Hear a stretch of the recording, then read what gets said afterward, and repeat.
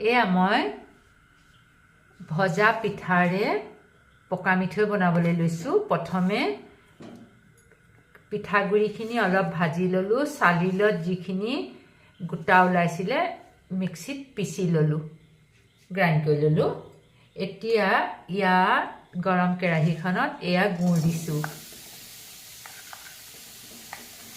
জোখ এটাত গুড় দিওঁ।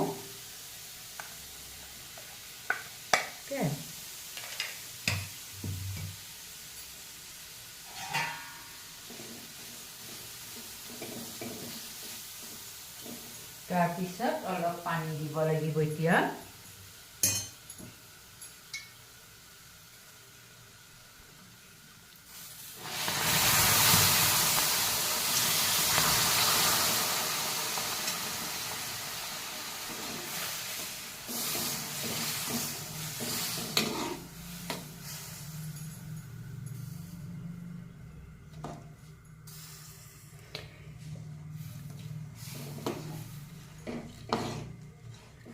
ইয়াৰ গুড়খিনি গলি অকণমান আঠামূৰীয়া হওঁতে অফ কৰি দিম আৰু পিঠাগুড়িৰ মিঠৈ বনাম। লগত দিম মাত্ৰ ক'লা জালুক, পিছা হোৱা ক'লা জালুক। এয়া এতিয়া হ'লগৈ, আঠা আঠা হৈছে।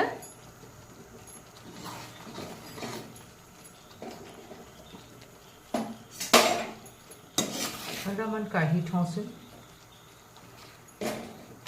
আৰু এইফালে অফ কৰি দিওঁ আৰু ইয়াত জালুক গুটি দি দিওঁ, জালুকৰ গুড়া।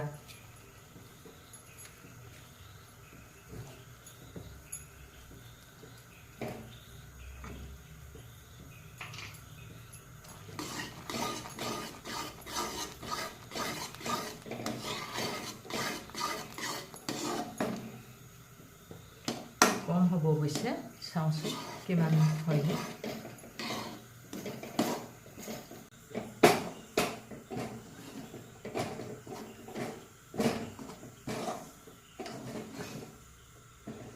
পিঠাখিনি বৰ বেছি ভজা নাই, অলপ কমকৈ ভাজিছোঁ, কাৰণ বৰ টান টান হ'লেও বেয়া আৰু একেবাৰে কোমল হ'লেও বেয়া মিঠৈকেইটা।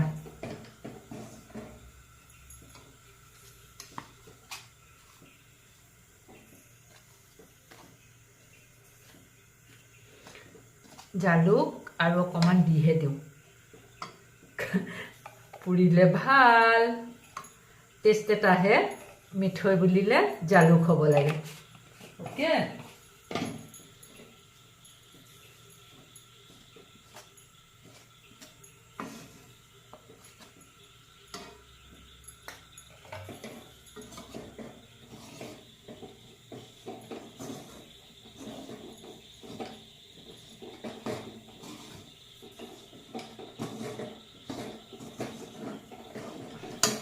এইখিনি দি দিব পাৰিম। এতিয়া অকণমান বচাইছিলোঁ সেইটো কাৰণে।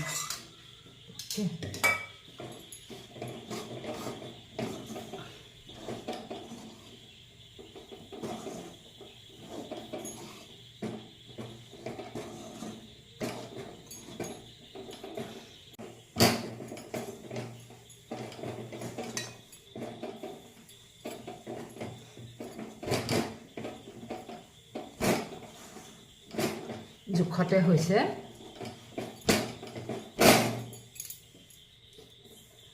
দুটা মিঠৈ কৰিলে দৌ বনাই তেতিয়া সোনকাল হয়। দুটাকে আকৌ এনেকৈ